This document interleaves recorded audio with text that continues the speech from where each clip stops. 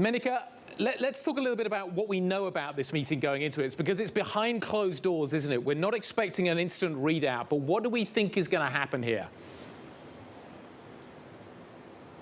Well, to the best of our information, Guy, the meeting is taking place at Prime Minister Narendra Modi's residence. We have no information on the talking points between the two leaders as yet, but we do know that President Biden touched down into India just a short while ago, and this is the first bilateral that he is doing with the host of the G-20 summit. Now, given that Prime Minister Modi not a long time ago returned from what the Indian government described as a fairly successful trip to the U.S., an official visit to the White House, and given the fact that Treasury Secretary Janet Yellen is now making her fourth trip to India, I think all of this underscores a degree of strength in the U.S.-India relationship.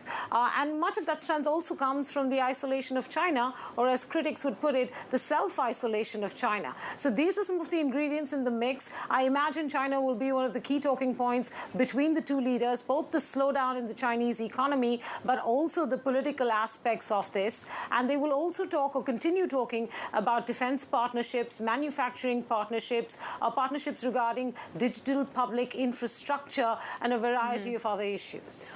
Where does it leave the G20 then overall? What are some deliverables that Modi wants to show? Well, Alex, the G20 is taking place in the backdrop of, a variety of things that you all have been discussing through the course of the day. A strong dollar, yes, of course, but the continuing Russia-UK war, food supply concerns around high energy prices, and the slowdown in the Chinese economy.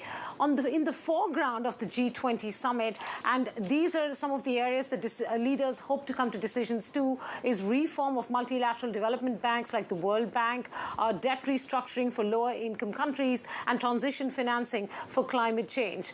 All of this is in the mix. We're hopeful that there will be a communique by Sunday evening. But of course, as you know, the sticky point in that communique is the language around the Russia-Ukraine war.